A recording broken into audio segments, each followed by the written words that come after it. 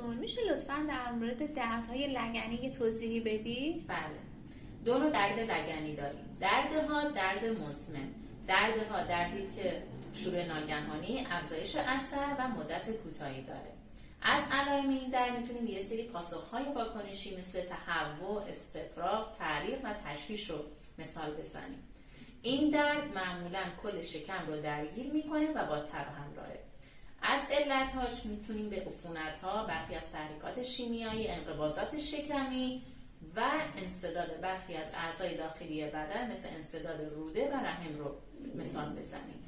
درد مزمن معمولاً بیش از 6 ماه طول میکشه، محدود به لگن هست و این پاسخهای واکنشی رو ما نداریم مثل روده تحلیل پذیر. پس درد تخمک‌گذاری جزو کدوم از این دردها حساب میشه؟ ما یه نوع درد دیگه ای داریم بهش میگن درد سیکلیک یا دوره‌ای که مرتبط با سیکل‌های قاعدگیه.